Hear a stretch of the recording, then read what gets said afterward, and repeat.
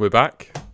Tom here from Golden Goal, and I'm joined by my good mate Sam. How are you getting on, mate? I'm excited to talk to you about some Sky.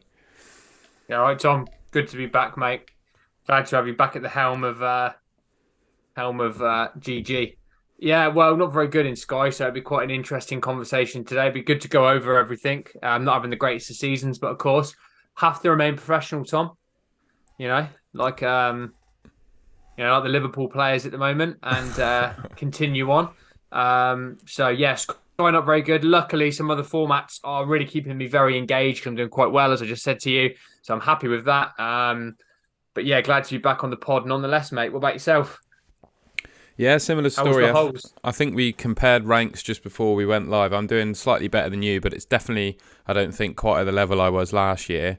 I've just had a bit of a torrid time in Sky this season. Some of the 50-50 calls I made, like at the start of the season, I went Son over Kane on a few occasions, and that just completely backfired on me. I think there was one week where I didn't have Haaland towards the start of the season. That also just shot me down the ranks. So yeah, a couple of mistakes early on in the season, and I'm paying for it now. But I think I started just after Christmas. I was 10k after the World Cup restart, and I'm just under 6k now. So I've halved my rank since the World Cup. So I'm quite happy with that. I've still got, I think, 32 transfers left, which I don't think is too bad.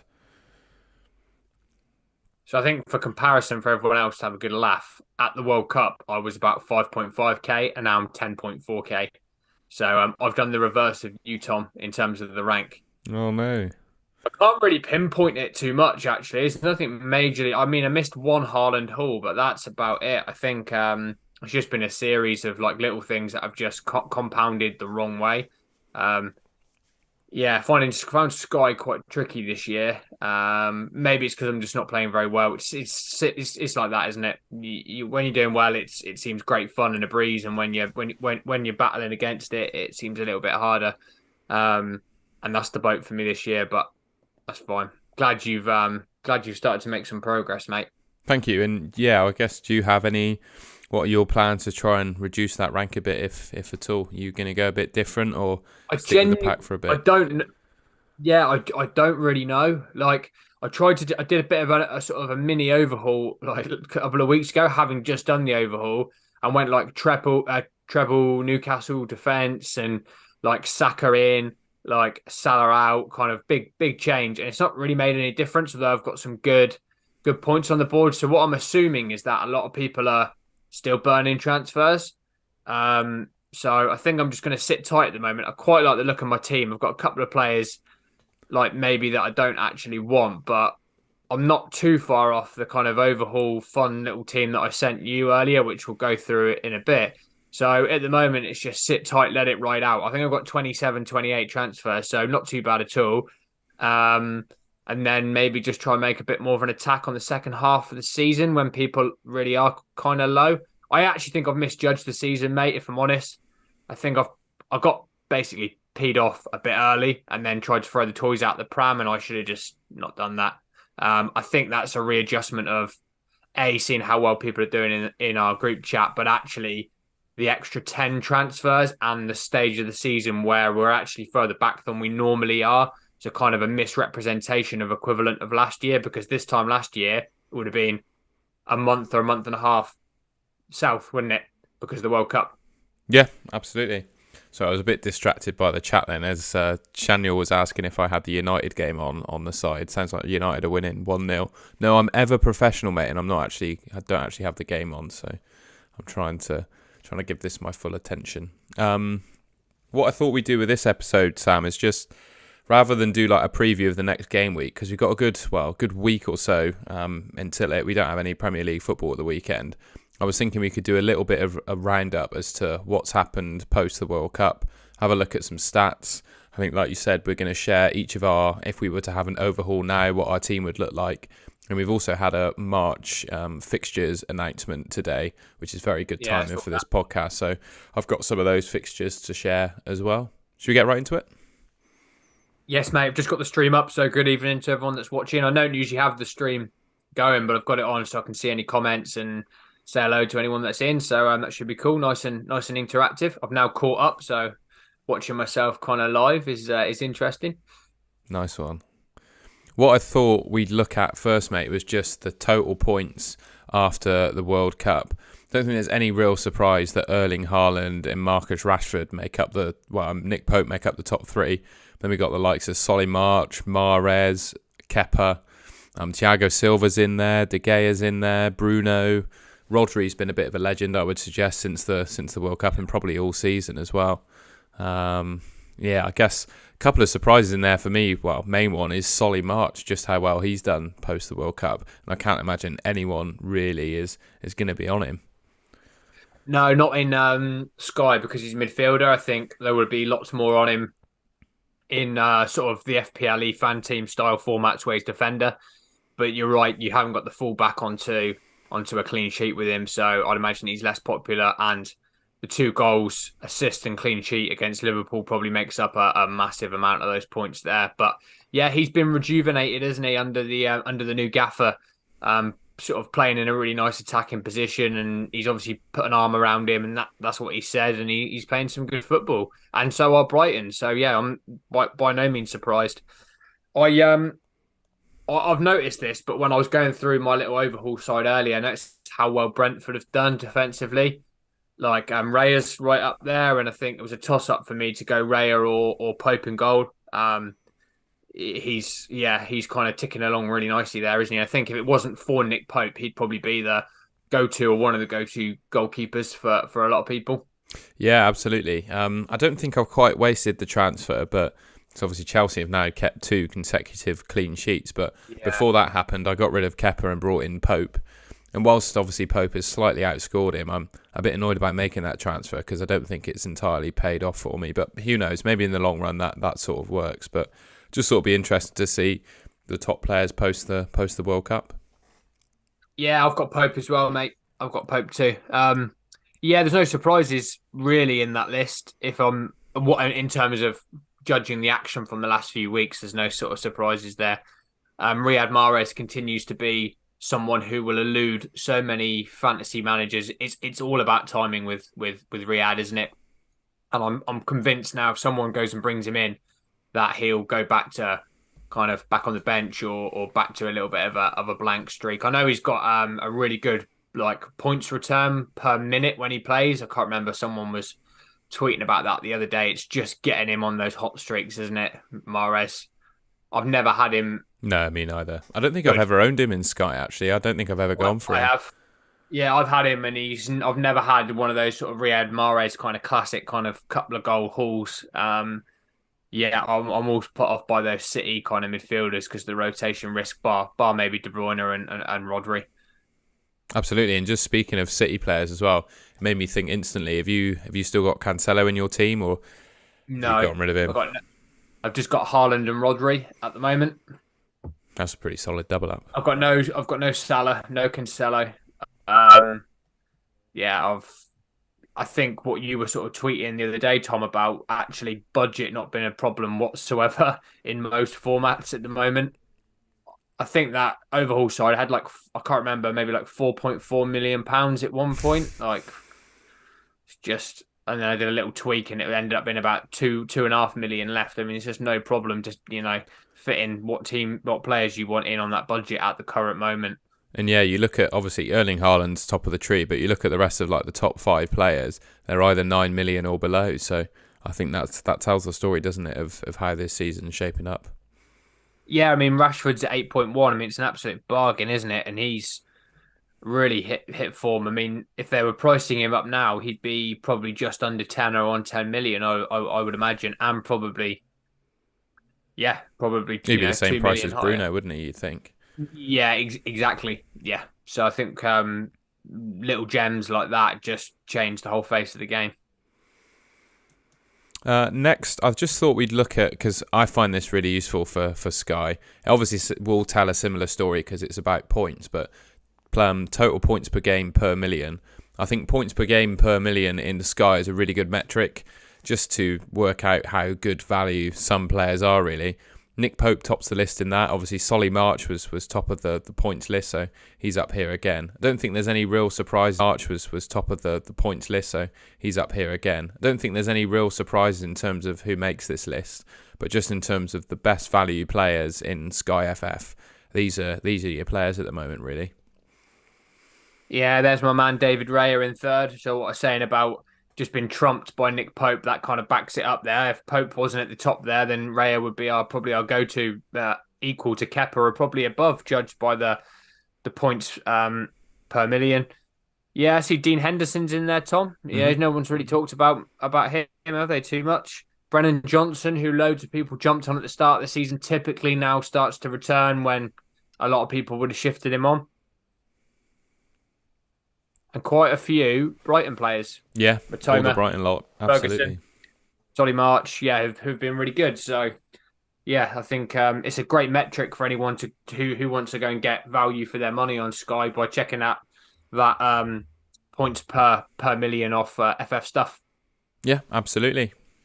I don't really think I have too much more to add on that one, to be honest. You can see it there for yourselves, really. And yeah, I don't think there are any real surprises on that list. It just reflects how the game's been going, really. Although these are points per game per million, these are also just sort of the highest scoring players in the game as well, because it's not necessarily the premiums that are scoring well at the moment.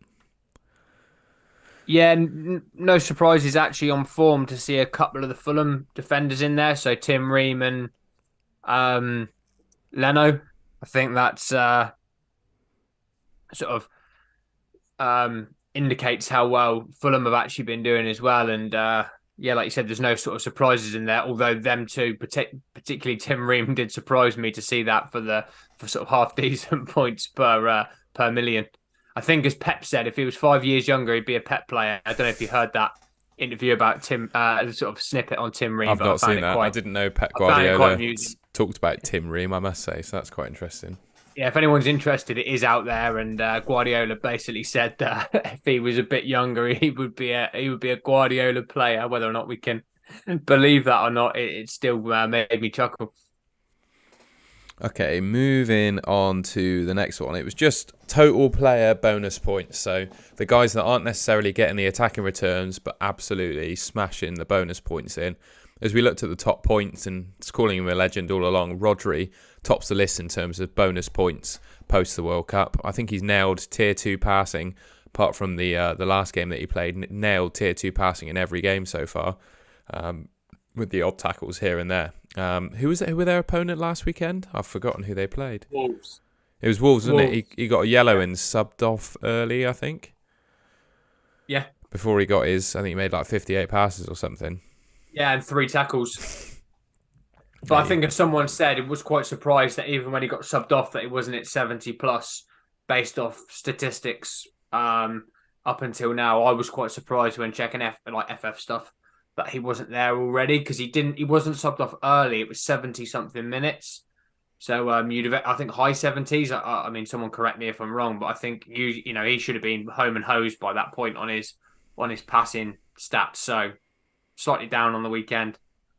And I think it's going to come into our overhaul teams a little bit, but Chelsea defenders right up there in terms of bonus points. Thiago Silva, as we all probably know, dominating the passing numbers. And Cucurella actually has been doing really well for tackles. And obviously we've got Polinia there, maxing the way in terms of tackles. I think he's had tackles tier every game since the World Cup. And to be honest, you mentioned how good Fulham were. I think he's one of the main reasons they are so good, to be honest. Polinia is an absolute coup for them. I think he's a brilliant player. Yeah, he is. How he's not had a red card yet, or certainly in the last few games, I've got no idea of judging by watching them against Tottenham. But you're right, mate. He's like the destroyer in that middle of the park, isn't he? And for £6.6 million, if you're struggling for cash, just whack him in, leave him there. He's like your sort of poor man's Rodri, isn't he? You can just let him sort of tick over, and he's going to get some bonus there. So yeah, he's been awesome.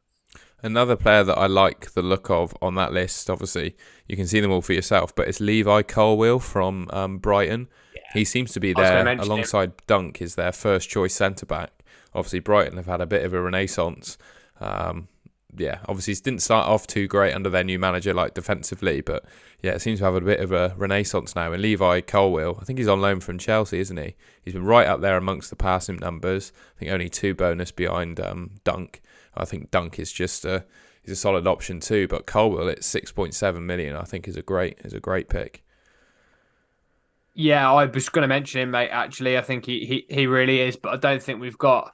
So we haven't got any problems on sort of needing too many enablers, and typically at the current moment we've got 4 or 5 that, maybe not 4 or 5, but 3 or 4 potentially that could easily to free up budget. And I'm sure the season will change again in terms of personnel. So I think these are really worth kind of keeping an eye on for now, for when you kind of want your Salahs and your Cancelos back should they start to pick up form.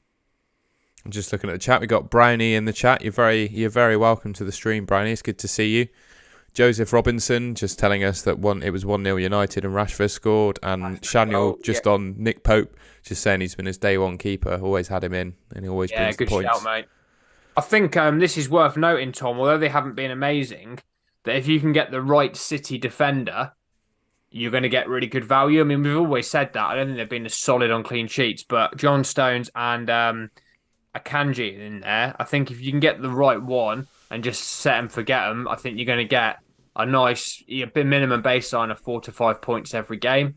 I like John Stones. I think he's probably, I know he's 8.9, but look at his passing bonus there is super high since he's kind of come back into the side. So I think there's value in the City defenders. It's just getting a bit lucky with getting the right one and or benching here and there.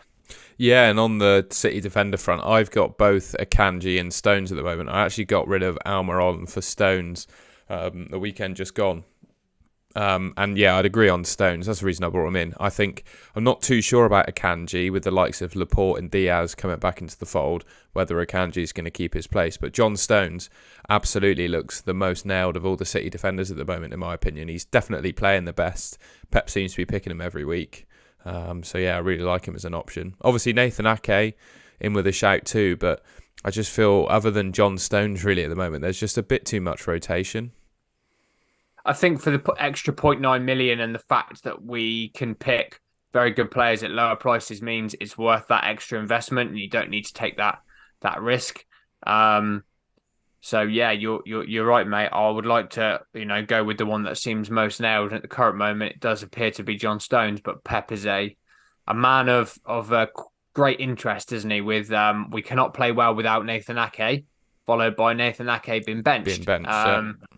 Yeah, which is I think he came out and said something about physicality afterwards and certain things why he didn't play, but that's Pep summed up right there, isn't it? Yeah, and I put a tweet out, I think, on the Golden Goal account about this, but obviously they kept a clean sheet against Wolves, but I don't think it's too hard to keep a clean sheet against Wolves at the moment. But looking at the rest of the season, I think one of the problems Man City have had is just they haven't played a consistent back four. When you look at all the good defences or the great defences in Premier League history, it's always been 4 players that play every game. Like Newcastle this year, for an example, they're probably the best defence in the league, and it's just the same 4 players every game. And I think that's the mistake that Pep is making with Man City. He's just chopping and changing it too much. Yeah, 100%. You're absolutely right. You go back even as far as Jose Mourinho's kind of season with Chelsea, with kind of Terry and all those guys, again, very, very settled. The United teams are previous, very settled. The Klopp era, even until now, very settled. So yeah, you're bang on, mate. It's about building that rapport and consistency with kind of your back 5, including your keeps. Yeah, absolutely. And yeah, like you said, they haven't done that. But obviously Pep, for whatever reason, is not a big fan of Cancelo for this year, and Walker's been in and out with injuries, and so the back kind of 3 or 4. It's going to create some disharmony back there just through lack of consistency. I think by the sounds of it as well, I read a tweet, or I think it might have been a Telegraph article or something, saying that Pep and Cancelo have had a bit of a falling out as well. So yeah, probably suggests we're not going to see too much of Cancelo for the rest of the season, which, watching him last year, you just couldn't believe that he wouldn't be in the team, could you? He was unbelievable. Yeah, Pep doesn't seem overly happy. Again, I saw some quotes sort of having a dig at just the whole entire organisation, by the sounds of it, are just a bit complacent after many years of sort of domestic success, and what's happened before isn't, a predictor of the future. And I think he was just generally given a bit of a kick up the ass to not only the players but the hierarchy as well, saying if we're not all pulling in one direction, then I'm not really keen to be hanging around. So we'll see if that makes a difference. Yeah, fair enough. What have we got next? So the next one was just a quick look at the overall percentage owned defenders. So basically, this is how many defenders from each team the top 1,000 have in their squads. I think this is always a good thing to look out for, because basically you look at this table and it tells you how, whether you want a clean sheet from Newcastle or Arsenal or Man City, for example. So looking at the list, basically the average in the top 1K is 2 Newcastle defenders, 1 Arsenal defender, and then Man City are on in and around 62%. So if you own a Man City or an Arsenal player, you're probably going to gain ground if they keep a clean sheet, whereas you need to own 2 Newcastle defenders in order to gain any ground. And even then, with the ownership being 198%, you're going to trickle up the ranks really with 2 Newcastle defenders. Yeah, and that would explain it for me. I've got triple. I think I've got Trippier, Shah, and Pope, and a clean sheet just does nothing for my rank because it's the equivalent of one player, isn't it? So I think if you want kind of absolute gains from Newcastle United, you want 4. You want the whole back 4 pretty much, don't you? Or 4 of the 5, including Pope. Man City's an interesting one. Sorry, I was going to say Man City's an interesting one. If they've got a nice fixture run coming up, if you can locate 2 to 3 of their starters and you go with them, and they're still at 60-something%, you're going to make some nice steps forward in the rankings there, if they of course perform. Yeah, I'm quietly confident in my Stones in a Kanji double up, but we'll see how that goes, because yeah, I'm just worried about Laporte and Diaz coming back into the fray, because they're too good not to play, and I think they'll be asking Pep to leave if they're not in the squad. So yeah, it'd be an interesting one to see how that pans out. Yeah, mate, definitely. It's one to, I think for everyone, it's one to keep an eye on. I've said I've got no City at the moment. There will be the time I'll go back into City, but I just need to see things settle down in terms of a bit of a structure with who they're playing. The one thing I just wanted to say quickly, because I've not put any credit on these pages, all of these stats that you're looking at come from ffstuff.co.uk. It's probably the best supporting app for Sky players. Take a look at that. There's a Sky menu, scroll down, and all of these tables that I've looked at are available for free on FF Stuff. So I'll link it in the description of the video. But yeah, all of these stats come from FF Stuff, and I absolutely have to give credit to the good man Frank that puts it all together. Yeah, definitely. Super site. What I thought we could do next, mate, is just have a talk through. Basically, what I asked Sam to do and what I did myself is just build an overhaul team. So imagine that the overhaul in Sky was right now. Who would you be picking in your team? I don't think we actually looked at each other's teams before we did this, but it's interesting to see we're quite similar on a lot of these players. Did you want to go first and talk through yours, mate? Yeah, I'd honestly not. I haven't seen your team, and I did this sort of over a 10 or 15-minute period, and it's really funny to see where pretty much a couple of players out, really. So kind of Newcastle double up. Okay, going off effective ownership of the Newcastle defence to just puts you at least kind of slightly in the green rather than, slightly in the black rather than in the red, which is good. So if they get a kind of clean sheet, but if they don't, then there's not too much lost. Saliba's just been really good value. I think Arsenal are just coming out of that really tricky kind of fixture run, which they've done really well. Obviously, they've got City to come up, but at his price and the way they've been playing, totally happy to have Saliba. John Stones, for the reasons we've just talked about, I think 8.9 bonus galore, looks nailed for Pep at the moment. Surely clean sheets are on the way. He seems a bit of a no-brainer, even if he is dropped for the odd game with the amount of bonus and stuff he picks up. You can kind of ride that. And then Badi Ashil, is it? The new Chelsea centre-back. Not only does he look really good just on the eye test, like it made an immediate difference, think has he cleaned up like a 10 and a 12 pointer on his Yep. first couple of games. So was it tackles and passes, and then passes in the second one? Which, bearing in mind they played Liverpool and whoever else they played, £8.5 million looks like he's just gone straight in there. I'd imagine he's kind of the. Do you remember when Diaz joined City a couple of seasons ago and he went in at Leeds on that first game and got like clean and this and that, and a few like good sort of managers were onto him early. I think he could have similar impact. Yeah, I agree. I know that Chelsea aren't quite at the level of City, but I think there's enough value there. Saka, Rodri, Rashford. I mean, I see you've gone 4 in there. It would have been so easy to go 4 or 5, Tom. There's so many options. Odegaard, even Martinelli, Polinia at that rate, Matoma. There's loads of options there, but I've gone with Saka, who's the talisman for Arsenal. There's no doubt about that at the moment. I mean, if you watch any of their games, it's so much goes through him. He looks so dangerous and confident. He's affecting games both with goals and assists, but obviously that crosses over to fantasy points as well. So it's a fantasy manager's dream. Rodri, for the reasons we talked about earlier, just absolutely cleaning up the bonus. Pops up with an odd goal and assist as well, which is cool. Rashford on super form, mate. I mean, he's worth, like you said, 10 million plus at the moment. So ride that train whilst it lasts. Steady Eddie Harry Kane, although he's 11.6. I think he's just ticked over so nicely, isn't he? So nicely, just goal. Doesn't let you down on a captaincy day when you need him. No, should have had a couple of goals against Fulham actually, but he's been worth the value. Haaland, we need to say no more. And Nketiah, my sort of little kind of curveball into there. Really, the first game Nketiah played for Arsenal after the restart, I just thought he looks a quality footballer. Again, eye test like fantasy aside, but again, he's affecting games, and I think I've got him in a few other formats. I got him for his couple of goals against whoever they played at the weekend.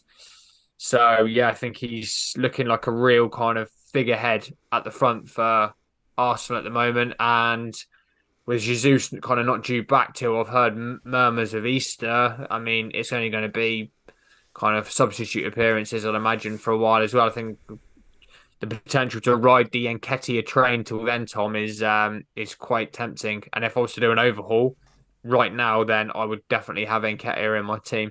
Yeah, I was just going to say, I think Jesus is going to find it hard to get himself back in the Arsenal team because Nketiah's, he's been performing really well for them. He doesn't look like he's filling in for Jesus. He looks like he's been part of that team. Yeah. Been really, really impressed. I'd watched quite a few of the Arsenal games and really like what I've seen from him. And definitely ride the Nketiah train, mate. He's going to probably get some more goals. And with Odegaard, Martinelli and Saka either side of him, it's, the goals are going to come. Shall we have a quick look at these March fixtures that have been announced? I see you've left your team, mate, based off the fact that I completely forgot about myself. I was going to say, we've got so many similar players, but yeah, you want to go through that for sure. Who have I got that's different? It's basically just Polinia and Salah.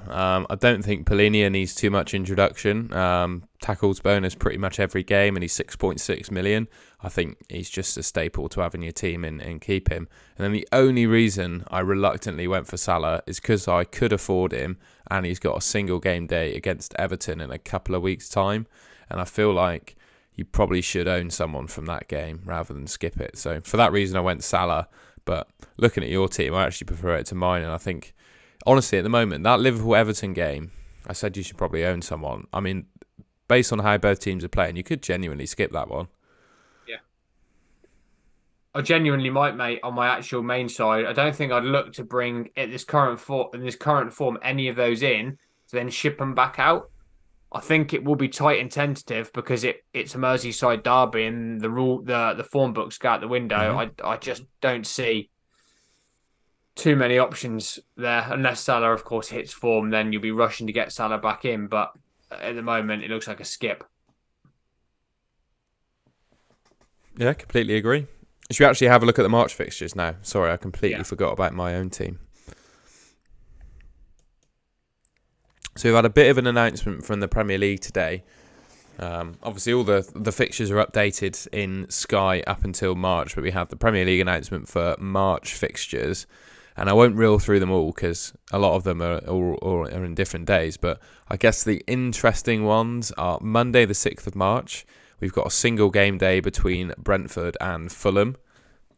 So it's Ivan Toney, if he's still around, versus Mitrovic, which will be quite an interesting one, I think. You got any? Well, it's the 6th of March, so we're nowhere near that at the moment. But if you have to choose between Toney and Mitrovic, what would you say?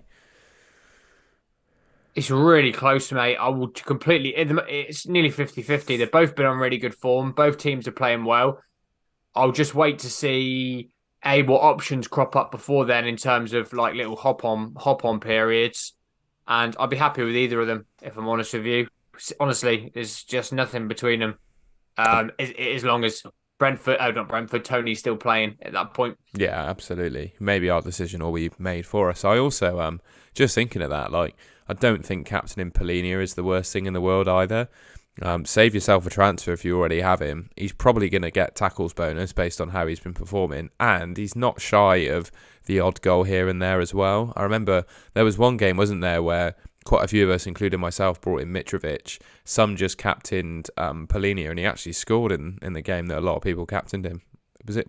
Did he score? I think he did, didn't he? Yeah, he did. Yeah. It was a single game day. Yeah, I think I brought in Mitrovic as well. I think I had Polinia, but I brought Mitrovic in, and Polinia ended up being the best captain of the day. And then what else is of interest there? Friday the 17th of March, we've got Forest against Newcastle, but I think all of us are going to have a Newcastle player in at that point.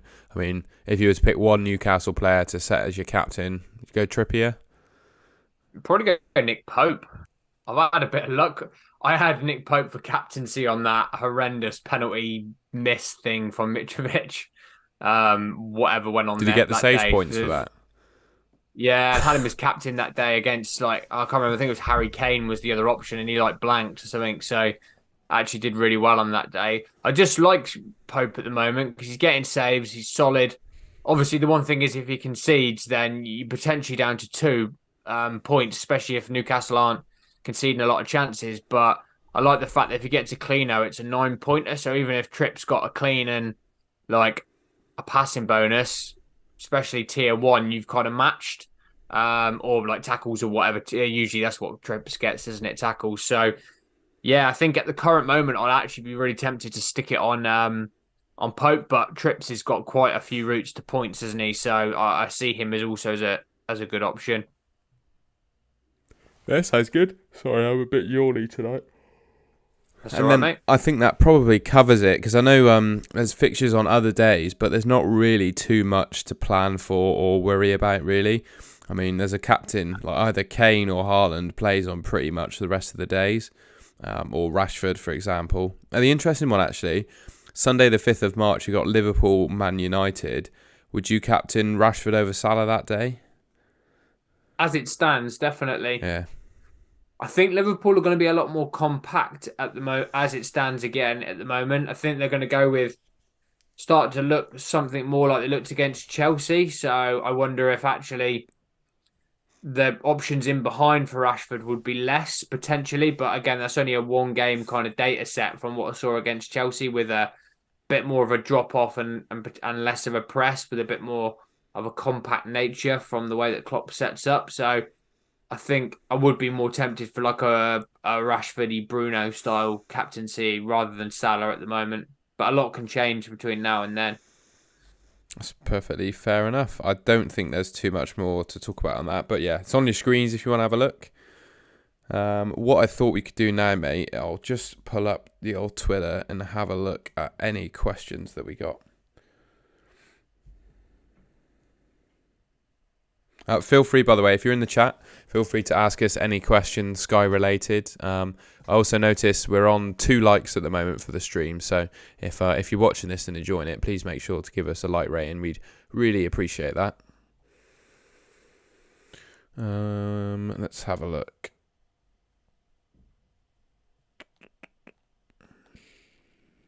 I've put so many tweets out about the stream, I can't find where all the questions are.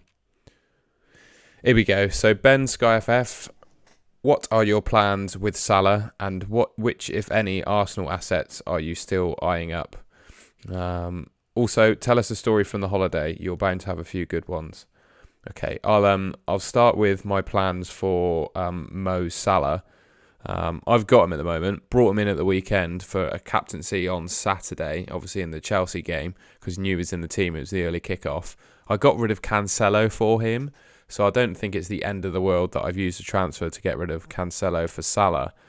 I think I'm going to hold on because of that Everton game coming up, and I think it's probably worth holding him for that captaincy, but very reluctantly. I take it based on what you said, you probably don't have him, Sam. Yeah, I am no Salah at the moment. And yeah, Just but from what you said, you're going to skip that Liverpool-Everton game as it stands if nothing changes. yeah, definitely. Yeah. Yeah, I'm not impressed with Liverpool in the slightest at the moment. Neither Mo Salah, but I don't think that's a personal thing with Mo. I think it's a collective issue.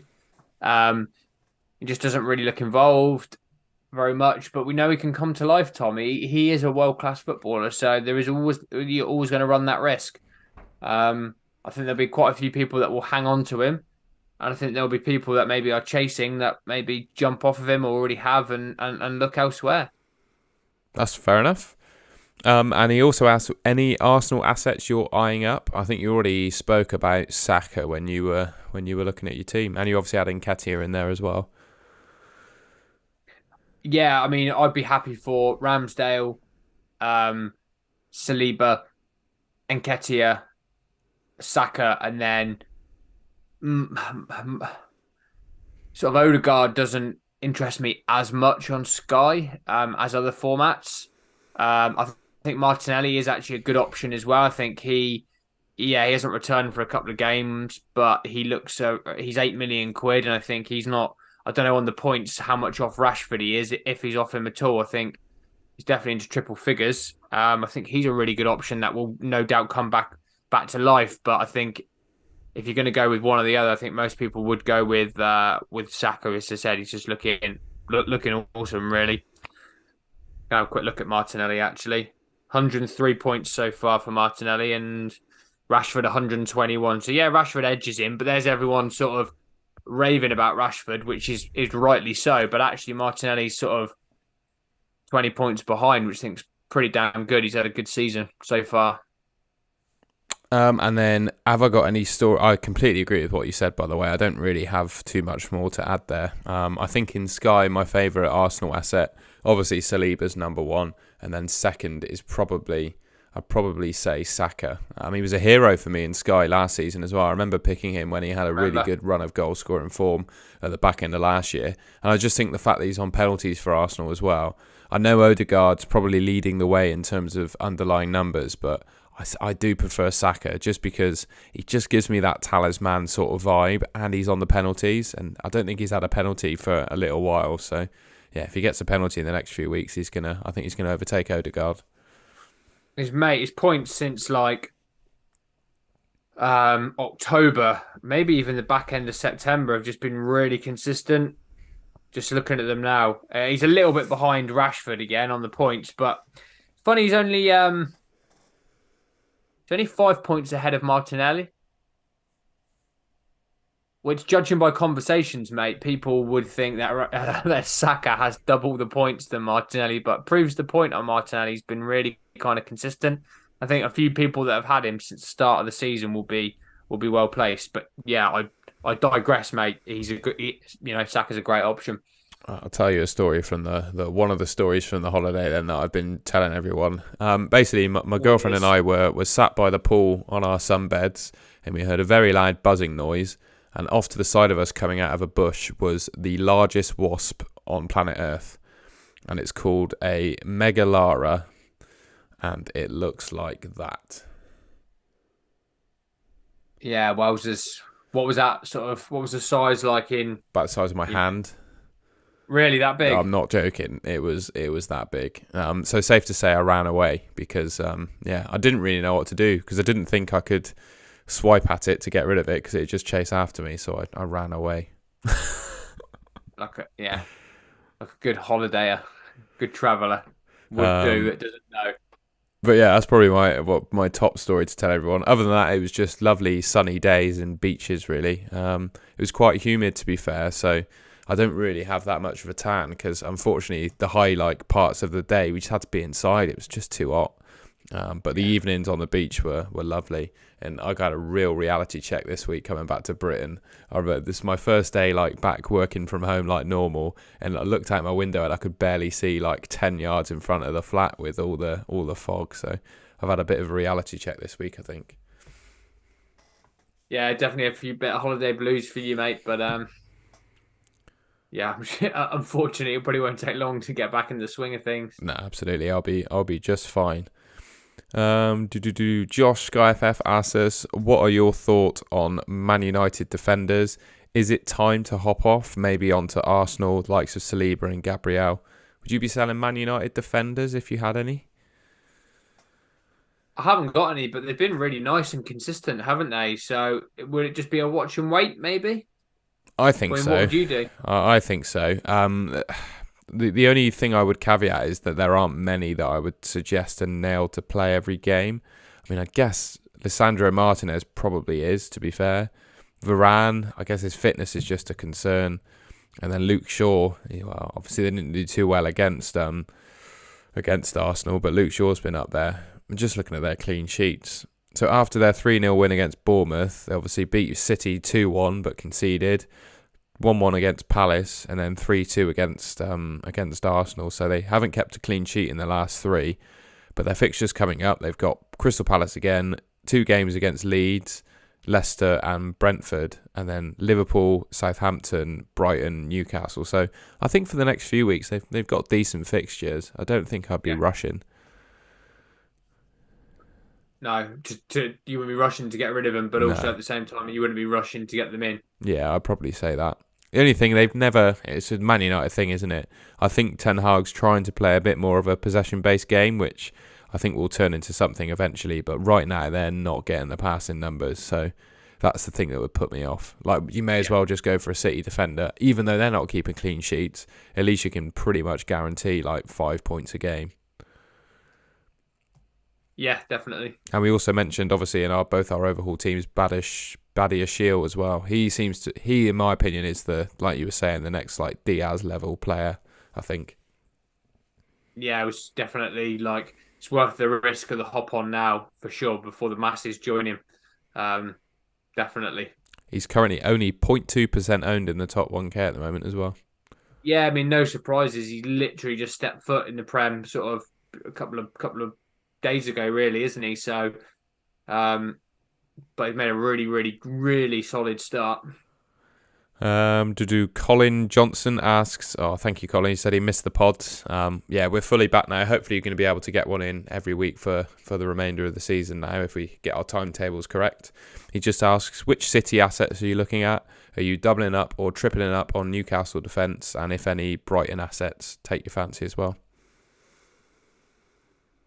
Yeah, I think we covered City earlier. I think at the moment it's Haaland and Rodri. I mean, if I had the choice, maybe it would be Stones, for me as well, for now. So it'd be the 3. I like Matoma for Brighton. I think he looks a really, really good option. Dunk's obviously, like you said earlier, Tom, ever present, and keep an eye on Solly March to see if his sort of restart form kind of continues or if he just returns back to a baseline. Basically, I think that's the answer for me. I'm just going to have a look and see if I've got any more questions from when I shared the stream. Oh, a couple. Steve Wright, I think he's in a similar position by the sounds of it too, Sam. Our good mate Steve. He says he's having a bit of a mare this season, outside the top 1K, top 10K. Should he give up? I mean, I wouldn't blame him if he did. I think the main reason I'm continuing is because I want to stay very relevant on the pod. I think that's totally honest advice, or honest thoughts there, isn't it? But no, in seriousness, it's you're halfway through. You may as well continue on. It doesn't take too much brain power, and we all love Sky, don't we? Really, so no, definitely don't give up. Just see where you can finish and come back again stronger next year. We had a final question, and I've got one in the chat as well, Shanu. I'll read yours. Don't worry. FPL Spartan asks us, are you aware of any therapy clinics for people that only have one Newcastle defender? I think the therapy clinic is called Buy Another Newcastle Defender. Yeah, or two, if you want to make any gains. And then off topic, you kindly ask... Oh, sorry, go on. I was going to say, or you just find a way of getting them to concede regularly and then you'll be all good. Yeah, pretty much. He asked me as well if I ate any biscuits on my holiday. And sticking to my Sky team name, I found the Indonesian version of custard creams. And they were my favourite biscuit. They were decent. Were they good? Yeah. One thing I did find about biscuits over there is that they just absolutely cake them in sugar. So that's like flavouring over there, I think, for biscuits is just chuck sugar at it. So they were pretty rich, but they were good. I mean, just chucking sugar on it's going to work, right? It's going to make Can't really complain. It's going to polish a turd, mate. If it's a pretty poor biscuit in nature, you just sprinkle it in sugar and it's going to make that taste a little bit better, right? Absolutely. I just saw, Tom, that Weghorst has just scored for United, so he's underway, mate, with goals. We've got a hot girls are waiting here bot that's just turned up in the nice. Chat. There we go. We've deleted him. Question from Shaniel. He's asked me an F1 question. I think I spoke to him a little bit about F1 when I did a deadline stream, but I don't know if do you watch F1, Sam? Yeah, I wouldn't be able to answer any questions, put it like that. I mean, if it's on the TV, I do quite enjoy it, but I'm by no means a F1 expert. Fair enough. He just asked, do you think Red Bull will still have the best car this season? I mean, what's your answer? I couldn't tell you, mate. I don't know. I think Mercedes will probably pull something out of the bag this winter in typical Mercedes fashion and probably have the fastest car. That's my opinion, I think. I think Mercedes will pull something out of the bag. And then he also asks, do you think he should keep Mitrovic in Sky if he has him? Does he have a knock or something? Does he, Mitrovic? His ankle, so the ankle that got injured before the World Cup was injured during the World Cup and then was injured after the World Cup. It's played up again and that's why he's a doubt. So, yeah, who knows? Yeah, I think you definitely hold him for now. There's a single coming up, isn't there, very soon that you could use against Chelsea. I know there might be some Chelsea players that we've talked about that might be popular with Kepa and the new centre-back or even Cucurella or Silva. But I think if you've got Mitro, you at least hold him to then and then decide on the day kind of what you want to do in terms of captaincy. That would be my thinking. I think I've got Mitro in my second team, so that would be the plan. Yeah, he's been so good, mate, and they still look good. Oh, I completely agree. It's not the Game Week 27 preview this episode, but looking at Game Week 27, the first game is a single game day between Chelsea and Fulham. So you get to see the team. If Mitro isn't in it, you could probably sensibly make a transfer to get rid of him and swap him maybe for a Chelsea player. Then be quite happy. But ultimately, just wait and see on the team on Friday. I don't think you need to do anything rash. I would suggest that if he plays, he's probably the best captain on that day. Alongside the likes of Badashil, who we mentioned. It's going to be a mouthful getting his name out. I hope he doesn't sort of come to the fore, so we have to mention him. But Badashil, is it? Is that it? I can't remember how to spell it. It's a commentator's nightmare, isn't it? Hopefully he has a nickname and he likes to use it. You just call him Baddy or something like that. I don't know. Yeah, or just the new centre-back at Chelsea. Much more simple. I think that's probably it for Tom. questions. I saw you put up the I saw you put up the Golden Goal League. Is that right? Have we got we can have a look at that as the final bit of the stream if you like. So it's the Golden Goal mini league updated to today. I can't remember how it was looking on the last stream, but what I do remember is that Ewan was top and he's still top. 1838 points. He's been top probably for a couple of months now. Be interested to see how many transfers he has left. Just based on his points, I imagine he's probably used a few, but you never know with people like that. So well done, Ewan. Second place, we've got David Baxter. In third is Dean Hicks. Fourth is Martin Felton. Fifth is Shane White. I believe Shane was the winner of the Sky Fantasy World Cup game as well. So He's having a hell of a season. he's What an doing amazing really, really season well. Shane's having. In both his teams, they're in 5th and 6th in the Golden Goal Mini League. They must be quite similar because they're on 1,809 and 1,807 points respectively. And I imagine, knowing Shane, he's probably got over 30 transfers left, so he's looking really healthy. Yeah, like I said, what a great season, and some very familiar names in there as well. And in that top 5, the best. I know that Shane won sort of quite a decent amount on Sky, but if he wins our Golden Goal Mini League, Tom, it will be the best prize he's ever won because it's a mug and choice of biscuits, isn't it? I've just remembered we still owe the guy that won the Mini League at the World Cup a mug and some biscuits, which we can quite easily sort out. We found him. I think we found him, but I'll make sure to catch up with him. But absolutely, I mean, it's the most coveted prize in fantasy football: a packet of biscuits and the Golden Goal mug. Which we need to definitely reach out to the dude that won the Sky one. It's a shame Shane didn't enter that one. Then he would have had the money and the biscuits. Could have put all that money in the cup, couldn't he? I don't want to sound like a salesman, but I'll put a link in the description to it. But I've made a Golden Goal mug on the Spreadshirt website, which is basically like YouTuber merchandise. So you can buy yourself your own Golden Goal branded mug if you like. I'll put a link in the description, and you can check it out for yourself. No pressure, but I just thought I'd plug it because I thought it looks quite nice. If you need a new cup or need a new mug for your tea, why not get a Golden Goal one? What a better way to do it, eh? Oh, exactly. And you can get, if you don't want to stretch to a mug, you can also get yourself a sticker as well. So I've got a sticker coming in the post to stick on my laptop. So I'm going to buy. I haven't got one, so I'm going to have to do exactly the same. Nice one. I'll go back to our original screen. There we go. Any more, mate? I think that probably ends us quite nicely for a little roundup after the World Cup. Before we do a preview for the next game week in a week's time. Yeah, no, that's great. I think we've covered loads of stuff. It's been good. Good to be back. Absolutely. That's the moral of the video today. Good to be back. It's the return. Boys are back into the end of the season. Absolutely. And like I was saying before, if you enjoyed the stream or watching back and you enjoy it, please leave us a like rating. Really appreciate it. And also subscribe to the Golden Goal channel. Like we said, now I'm back off holiday. We should be doing one of these once a week when there is actually Premier League football. So yeah, you got that to look forward to. And yeah, we'll see you next week for another podcast in a bit. Yeah, cheers for listening, folks. Guys that were live, much appreciated. See you all very soon.